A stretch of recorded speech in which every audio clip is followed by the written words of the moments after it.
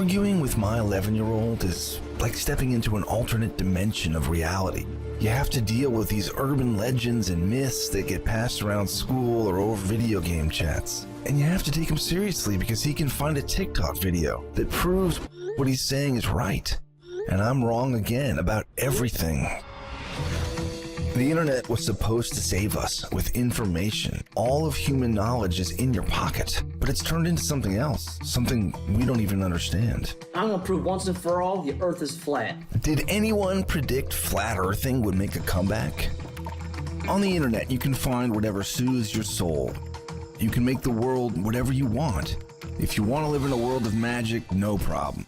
If you want to live in a world where aliens walk amongst us, you got it. And if you want to talk about Atlantis, the fabled island of unlimited wealth that sank beneath the sea 12,000 years ago because of Poseidon's curse, well, there's a chat room with your name on it. But Atlantis is different than Slender Man and flat earthing. What gives Atlantis power is that Plato wrote about it in his famous dialogues, the foundation of Western philosophy. He had quite accurate descriptions. So it's not just modern-day conspiracy theorists or amateur sleuths. There's so much evidence of Atlantis. It's scientists, priests, mathematicians, and academics. Oh, look at this. Another clue. They've all found the idea of a real Atlantis fascinating. Isn't that amazing? Where is it? What's the spot?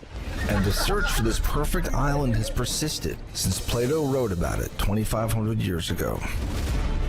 It's considered a red zone by governments around the world. It's going to be very tricky to get a team of archaeologists in there. It's arguably the most famous curse in the history of the world. It does weird things to people. And examining the intersection point between myth and science is what this show is all about. So hell yeah, bro. Let's go look for Atlantis.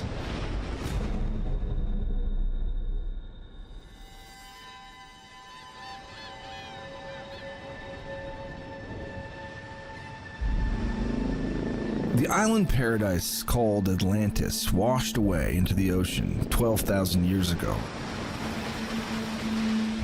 This mythical place has been ingrained in popular culture for generations. But just like Aquaman, there's an origin story.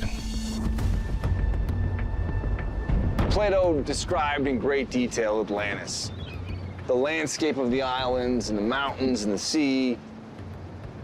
And for a long time, people have thought it was here in the Azores. We're going down the internet wormhole, following Plato's clues and taking cues from those who've searched before us. Is there any evidence that Atlantis was a real place? Many people on the internet are excited about what they say is evidence of an ancient seafaring culture lying on the ocean floor right here in the Azores. They believe this could be where Atlantis washed away into the sea.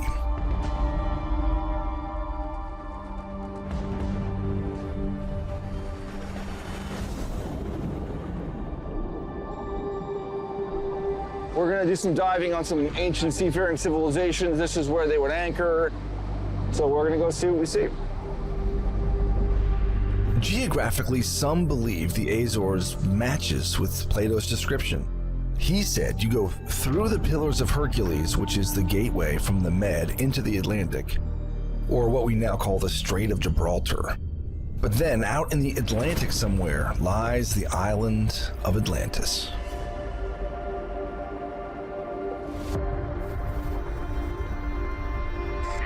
Atlantis was made of concentric rings of water and mountains. It was surrounded by the sea. They had this huge fleet of 1,200 ships. One ship was disintegrated a long time ago. So we're looking for something intact. It might be...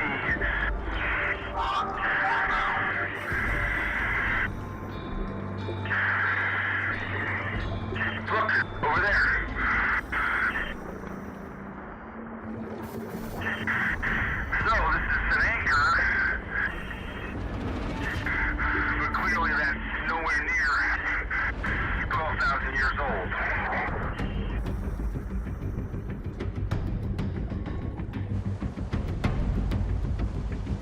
So there were a lot of old anchors down there. Some as maybe old as 16th, 15th century. But nothing was old enough to be in the Atlantean era. So we'll keep looking. In Plato's texts, Timaeus and Critias, written in the 4th century BC, he describes an island of limitless wealth that was built by the Greek god Poseidon. Now, one of the clear signifiers of Atlantis was that it was built in these great concentric circles. There were 3 giant rings of land and 3 rings of water, and in the middle of all that was a temple that had walls of silver and gold and a pillar inscribed with commands from Poseidon. Now on the pillar were mighty curses to be invoked on those who went against the will of the gods. So when the Atlanteans eventually fell from grace, Zeus and Poseidon were rightfully pissed, and they caused the entire island to be swallowed up by earthquakes and floods, and it sank into the sea.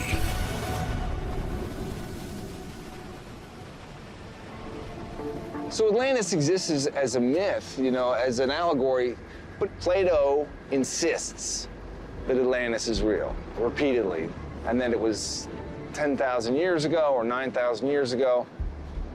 That's a long time for accuracy if you're Plato. I gotta say, he's not doing a lot of hydrocarbon dating. I'm skeptical of Plato's accuracy on that assessment, but he insists it's real. Now that's the question that's caused a lot of debate in the last, 2,500 years.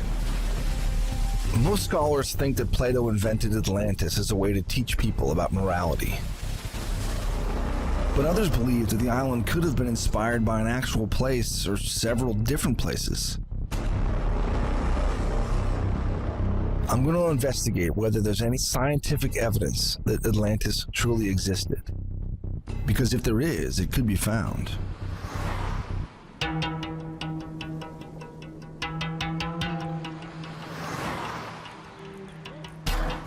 Existem mais de 100 estruturas arqueológicas piramidais.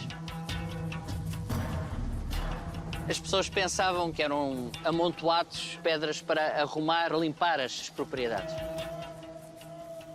Nuno Ribeiro is an archaeologist, and he thinks these piles of rocks found on Pico Island in the Azores are evidence of a lost seafaring culture. Foi realizado estudo arqueoastronómico e a orientação das estruturas. E percebe-se claramente que existe uma preocupação. Elas estão alinhadas, estas estruturas estão alinhadas para o solstício de verão. E algumas com câmaras interiores. So there's things inside of these pyramids. Yes.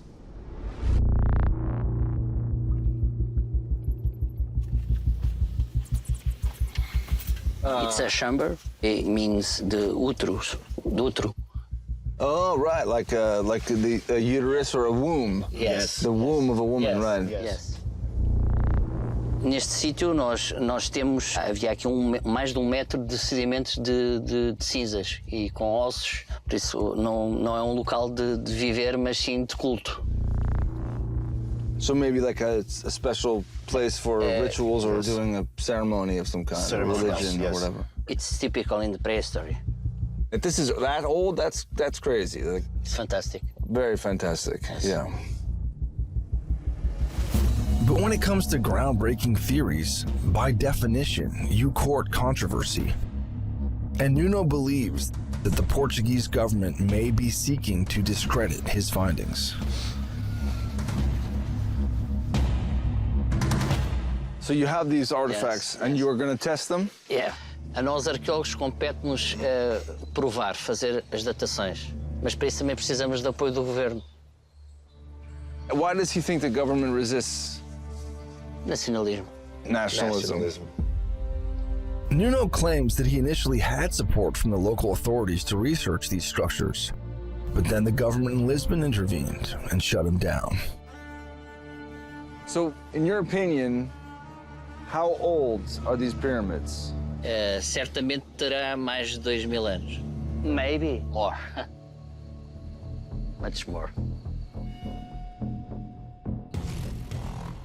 What sort of things did they find in there? Pontas de seta em metal e em pedra, ossos. The arrowheads, what were they made of? Stone? Iron. Iron. Yes. And would they find iron here? Nope. There's no iron on No. them, so they came from somewhere. No. Yes. Probably that shows signs of a seafaring people came Yes. out of the Med Yes. through the pillars of Heracles. Yeah. Mm-hmm. Starting to sound like Atlantis to me.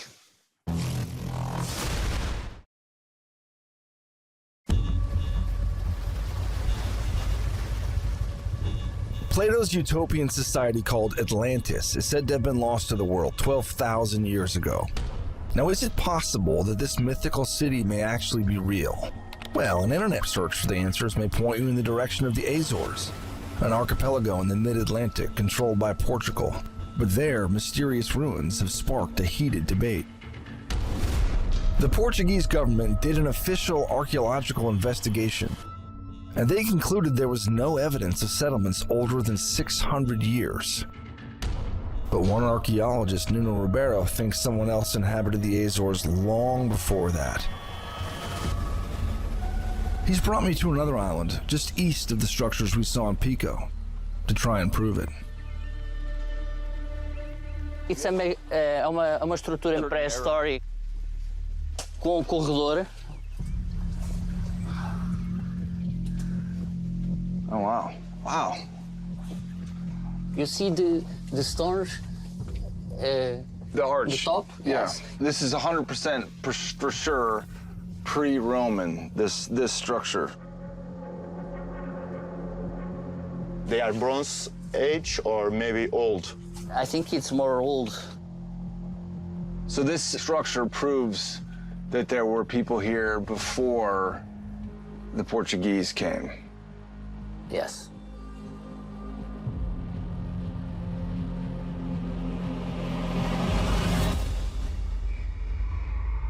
Although not everyone agrees with Nuno's theory, if there was in fact a mysterious people that lived here millennia ago,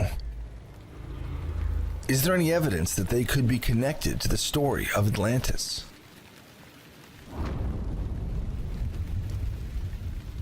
There. Yes. What is this? What is it the symbol for? É círculo concêntrico com outro círculo. Em princípio, representa o Sol. Para alguns está relacionado com a Atlântida. It's the symbol that some people think is Atlantis. Yes. Todas as lendas têm um fundamento, um princípio que deu origem a qualquer coisa. Yeah, I mean, potentially there could be a whole, civilization that was in these islands. Yes.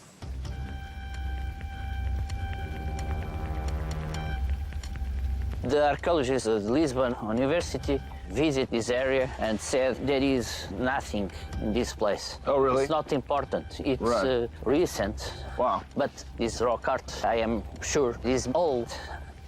While the theory of a lost civilization here is pretty compelling, there are a lot of competing theories out there, and we can't just focus on the Azores.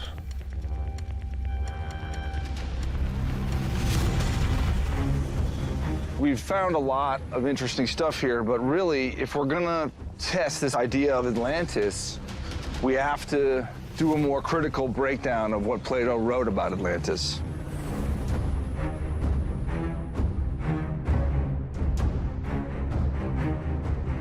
And luckily for us, we found a guy in Morocco who has done a ton of statistical research about Plato's writings about Atlantis. So we're gonna go to Morocco and we'll have the real clues. Hey guys, pack up. We're going to Africa. No? Yeah, now.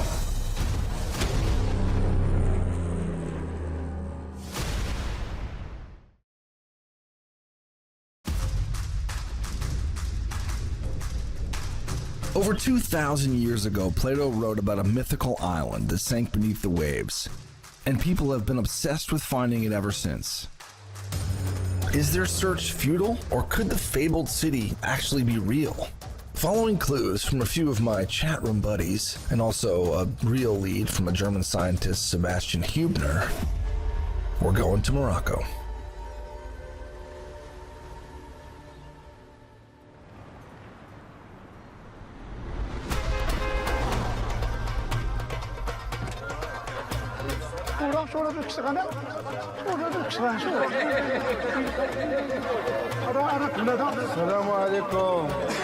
It's really refreshing and pleasant.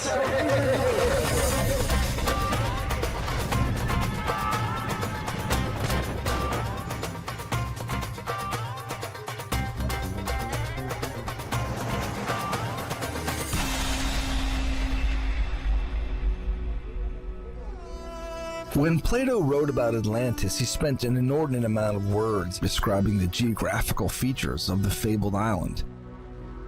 Some call them clues. Sebastian. Sebastian Hübner's late brother Michael developed a sophisticated computer program that attempted to find Atlantis by using an algorithm to analyze Plato's text. Sebastian stepped in to help. I think Atlantis is a real place. There is a country from which all the information he used for creating the myth stems from. Right. The myth for him was not a fairy tale. It was a means to communicate true things to the people. And he had quite accurate descriptions. Yeah. My brother developed a quite sophisticated method to analyze the text of Plato in order to generate a location hypothesis of that country that Plato had in mind. So tell me how the analysis of the text worked. You can extract from the text all kinds of features and put them into an algorithm that maps these features onto the surface of the Earth. And then you can compute a probability of the location of that country Plato had in mind. Do you want to show me the program and show me how it worked as best you can? You have now a list of about 51 of these features. Oh, wow. In Plato's text, he gives 51 very specific details about Atlantis. Large mountains to the north, elephants are nearby. So what Michael Hübner did is try to assign a yes or no to each feature, in relation to whether it could have existed at a modern-day location. This is with the assumption that Plato is basing Atlantis on one place and not multiple locations. For example, is it likely that someone saw elephants on the northwestern coast of Africa? Yeah. In the Azores? Not likely. When you have a look at these features, the area, so it's already highlighted. It's here now in green. Yeah. Okay, so what if you click all of these now? What happens if you just hit every single one on there?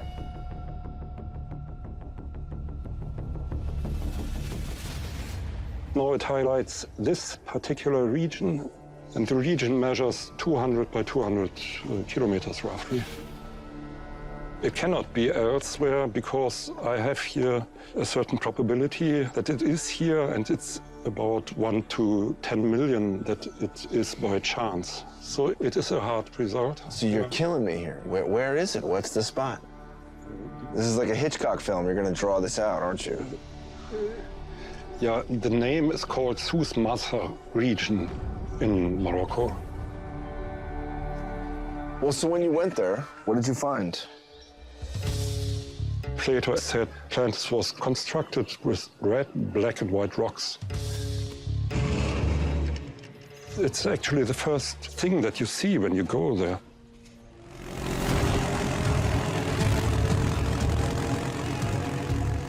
So do you think you found the city that Plato was thinking of? Yes, it's the only place where it can be. Whew. All right. Here we are. Wow. Interesting. Very interesting.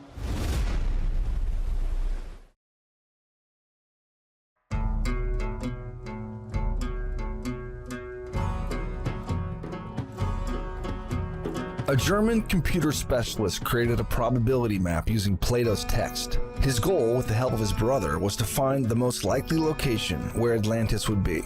According to Hübner's algorithm, there's a 99.9% chance that Atlantis is located in an area of Morocco known as the Souss-Massa Plain. Now that's if it's real, and admittedly that's a pretty big if. When I told my buddy I was heading to Morocco to look for Atlantis, he made fun of me. But then after thinking about it for about 12 seconds, he said, wait, I want to come, man. Whew, all right. Wow. So this is it. Yeah, look at this. Eric Drummond flew in to meet me. He's a world-class geologist, and he'd always wanted to see the Souss-Massa Plain. And since we're on Nat Geo's dime, I said, dude, have an extra slow gin fizz on the flight. We gotta stay loose, we gotta stay flexible if we're gonna find evidence that matches Plato's accounts of what happened to Atlantis. You notice these beds that are coming up from the ocean are steeply dipping to the south.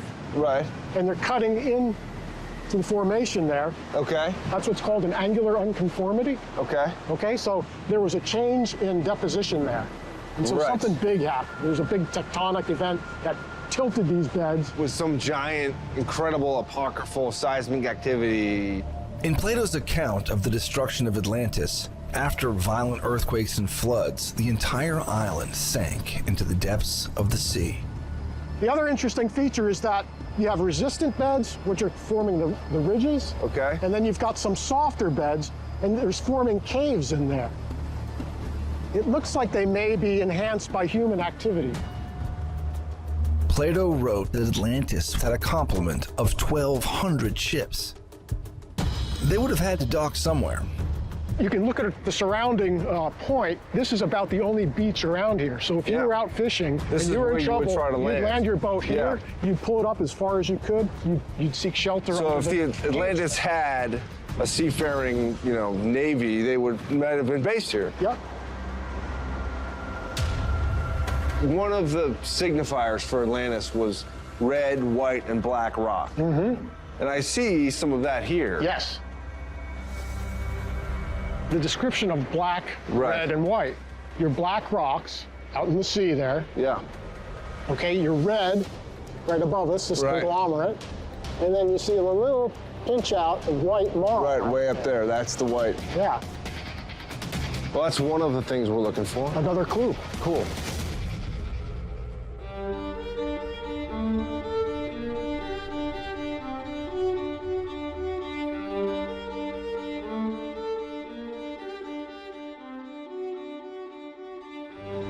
The limestone cliffs that form the coastline are breathtaking. It's crazy to think that these rocks are made entirely of things that were once alive, things that died and sank to the bottom of the ocean, only to return as rock. And then there's the people who met their end on the open water, the great explorers who left their old world in pursuit of treasure, pursuit of fame, pursuit of the unknown. As I ride on this bus further into the Souss-Massa Plain, I find myself thinking about just the lengths that men go to venture into the unknown, just for the sake of it. Mankind's insatiable curiosity, it's part of us. It's part of what led us to unprecedented evolutionary success, but it can also lead to our own destruction. And so here I am, on the other side of the world, and my wife and my son and dog are going on without me. I'm searching for something that at first I didn't even believe existed. Is that weird? Or is it just human nature? It's weird, right? Now, here's a serious question. Okay. Have you ever had gold fever or seen it? Oh yeah, I've had bad cases of gold fever. What does it do to you? It does weird things to people. For me, it just possesses me. It does really strange things to people. And you put the gold ahead of human life. Human life, yeah. Yeah. Or your own life. Or your own life or others around you. Yeah, it's like, we're built to seek things, not have things. You want what you have to pursue. You don't want what you have. Yeah, yes. I feel like there's a part of the Atlantis myth that has treasure hunter element to it. Yeah. There's an intersection of greed and myth and fantasy, and it's sort of wild. Now, after spending a couple of months in the Atlantis wormhole, reading Plato, pondering the ancients, now part of me wants Atlantis to be real. Now maybe it's just contrariness, or maybe I'm being seduced by the legend.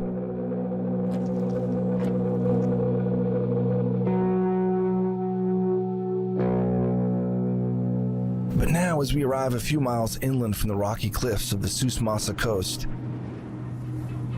we find drastically different terrain. It's disappointing for a hopeful Atlantis seeker.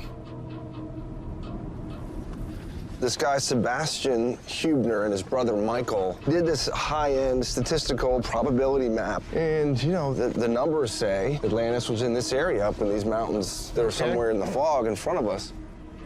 My question is, Atlantis was surrounded by water. I don't see any water. Was there water in this area at some point?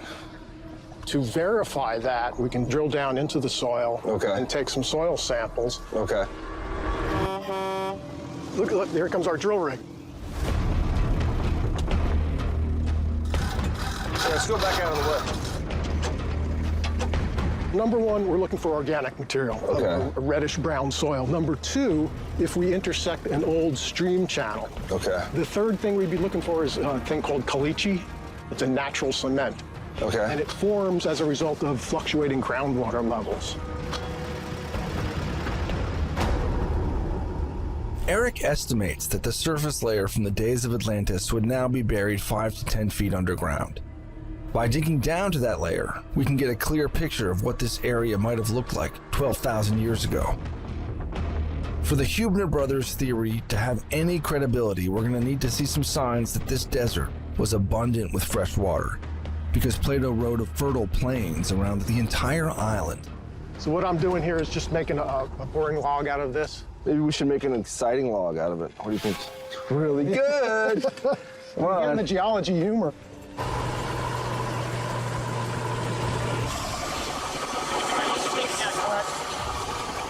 The drilling rig has reached 8 feet down. This is the layer of soil dating back an estimated 12,000 years to the time Plato said Atlantis existed. But Eric knows we need to find a rock-solid layer of dirt to show that there was water here at that time.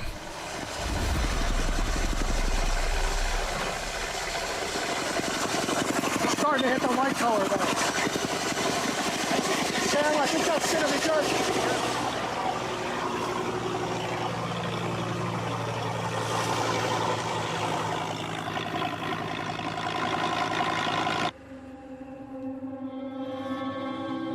Now we're getting into a light material.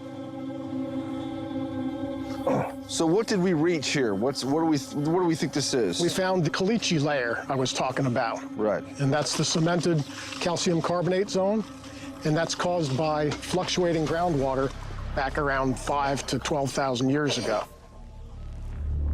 So there was enough groundwater that it would have meant a green Sahara. Absolutely. Which would have meant trees and grass, lakes, streams. Exactly. Anything 5,000 years ago and deeper, this was a green, verdant valley. Yes. We found another clue.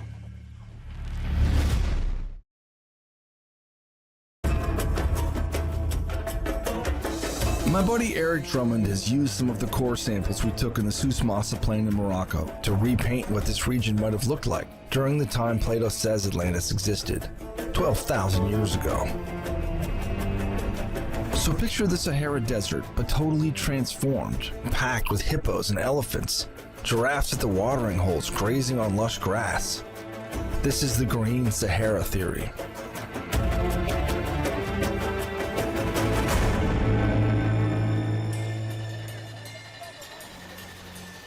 Hey, Sam, I want to show you something here. Okay.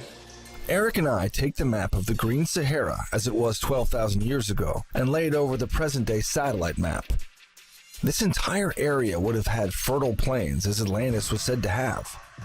Combining that with the Hubner brothers' probability map, we can now cruise along the western desert and look for anything that stands out. Take a look at this structure here. Okay, right here, you're seeing it come in. Oh, yeah. And Eric immediately navigates us to a geological structure that definitely does just that. Isn't that amazing? What is that? It's called the Richat structure. That thing is about 25 miles in diameter. How did you hear about it? I'd done a little research on it. Wow. The formation was actually formed by a volcanic plug underneath it, pushing upwards on strata, and it formed these concentric circles where the ridges are the more resistant rock and the valleys are the less resistant. Right, and so we've got 2 rings of Earth and possibly 3 rings that could have been filled with water. We have evidence of that too. See this white area here? Mm-hmm. That's what's called the Playa Lake. The Playa Lake? Mm-hmm. So it's the remains of an ancient lake bed. Okay. And it's known that there were freshwater fossils there found. So there was fresh water. There was fresh water within there. There was a lake in Yes. there. A very different Africa than is there today. Wow. So there was 3 rings of water and 2 rings of Earth. I mean, look at these rings. It's pretty sweet. And so it's considerably inland. Yeah.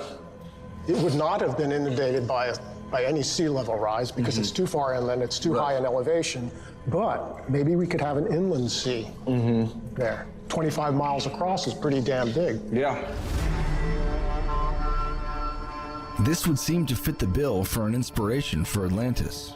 It's amazing to think that that is the exact structure Plato's describing. Yeah, it seems to fit the bill. Or it could be one of the inspiration points for Atlantis. He may be borrowing elements from different places. Right. But there's nothing in the world like that, is there? No, it's very unique, I think. So that's in Mauritania, right? Yeah.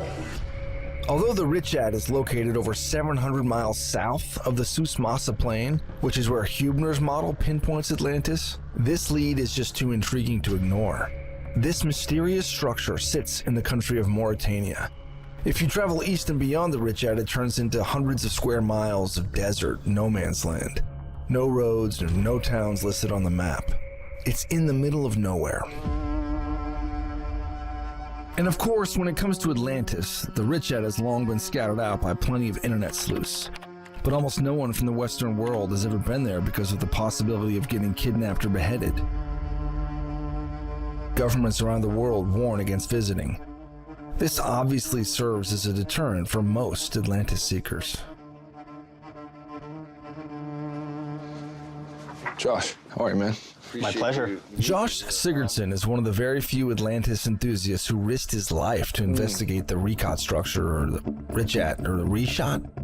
That doesn't sound right. Honestly, I don't know. Does anyone really know how to pronounce anything? Just lay off. First of all, tell me how you got into this. How did this get started for you?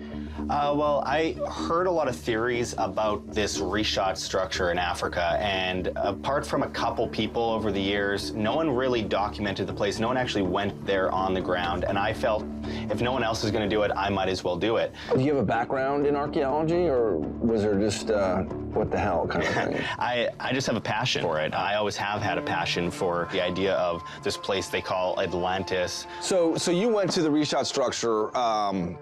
When was this, by the way? When did you go? This was in May 2019. May 2019, so recently.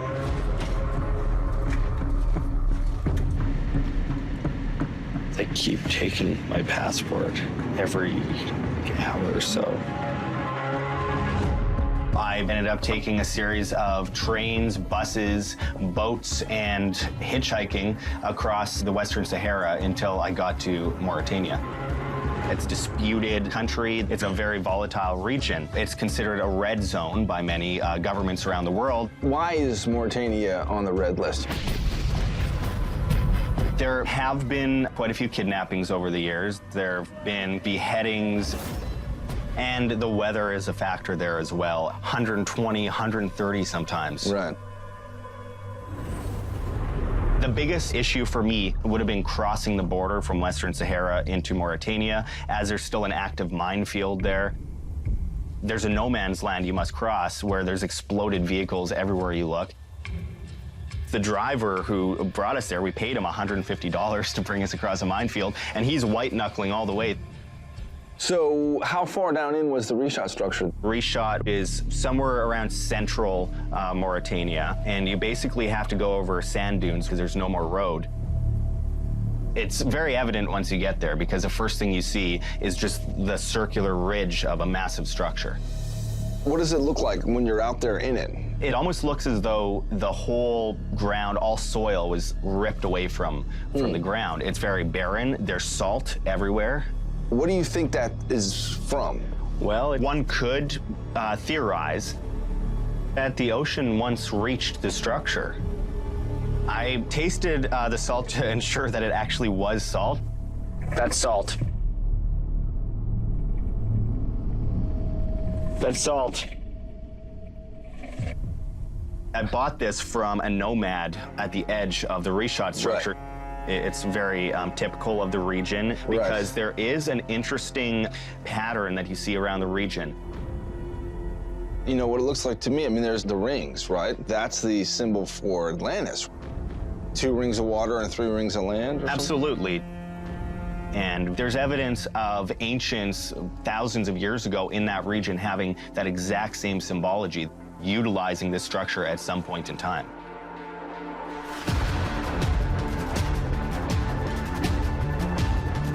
Talking to Josh about the Richat structure, it's problematic. You know, even presuming we can get in there, the danger factor means we can't bring an archaeological team, we can't bring a professor, there's no way anybody can set up a real dig. We need a way in.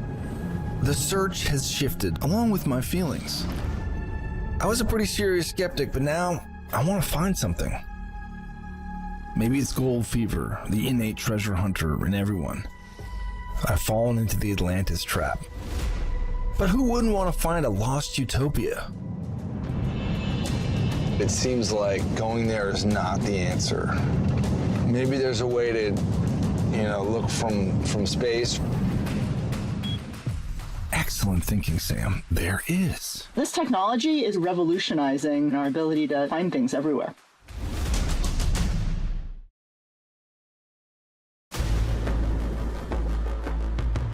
I traveled across the globe, piecing together a combination of scientific data and internet conspiracy theories in an attempt to find any clues to what could have been the inspiration for Plato's cursed island of Atlantis.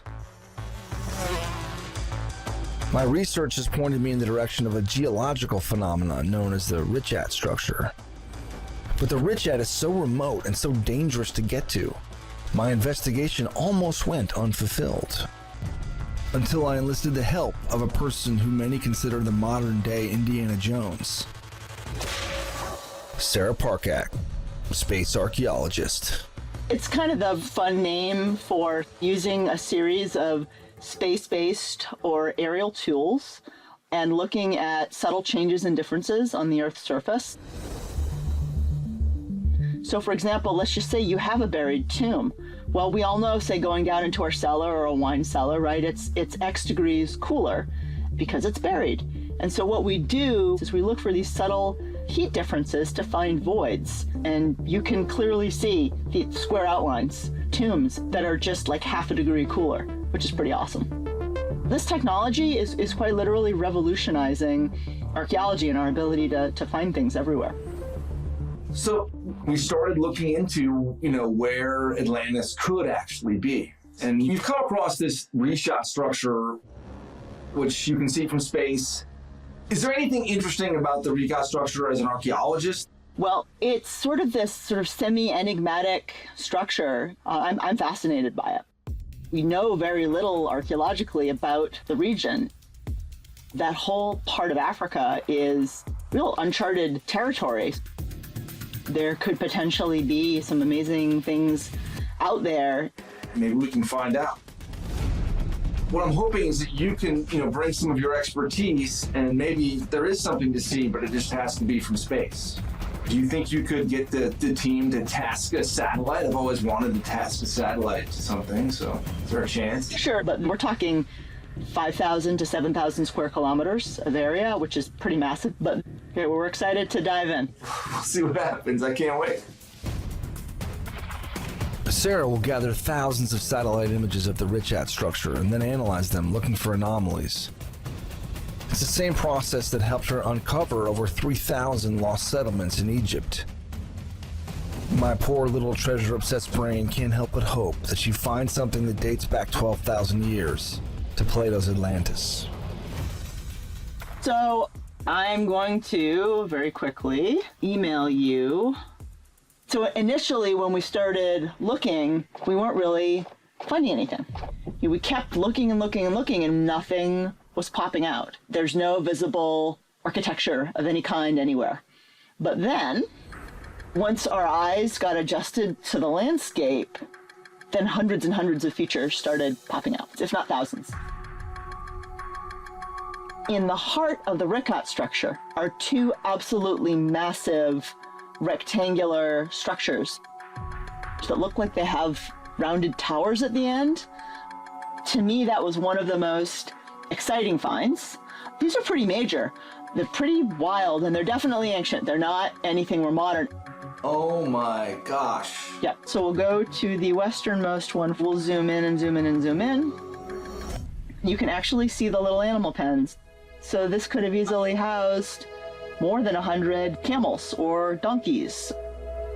This wouldn't have been a place where you just kind of camp out for a night. They're clearly going to have food. There's going to be trading that goes on. There probably would have been wells there. In fact, previous research reports that were done, they've said, you know, we've been there, we found hand axes from more than 100,000 years ago. We found Neolithic blades, but absolutely no evidence whatsoever until now of any kind of built human structures in and around the Richat structure. But I think the story has changed. These probably date to 8,000 to 5,000 years ago. I'm super, super excited about what we found. It opens up, I think, a chapter of archaeology that archaeologists didn't know was there. So, is Atlantis real? Did we find it? That's something you have to look into your heart and answer. I know what my 11-year-old thinks. He showed me the website. And don't get me wrong, with the help of my new best friend, the brilliant Sarah Porkak, I'm always down to open a new chapter of archaeology. But the truth about Atlantis is, I think we're on the receiving end of a 1,000-year game of telephone. 2,500 years ago, a philosopher wrote about a cursed island disappearing into the sea. Anyone who could read in Europe from the Renaissance onwards read Plato, and the myth of Atlantis grew. The gold and silver buildings inflamed imaginations, and the legend outgrew the story. People still seek Atlantis. What it comes down to is this idea that the Atlanteans lost their ability to handle wealth well, and then they started to become corrupt, and that brings the curse. It's a metaphor. Plato was talking about a people grown prideful, cursed with hubris, and consumed by ambition. People who had lost touch with their success. Now, does that ring a bell? Any of that sound familiar? Trying to find Atlantis is exactly the wrong thing. It's the wrong lesson. In fact, it's the opposite of what Plato intended. But human nature hasn't changed, and the lesson and the metaphor hold true. The curse of Atlantis is all too real.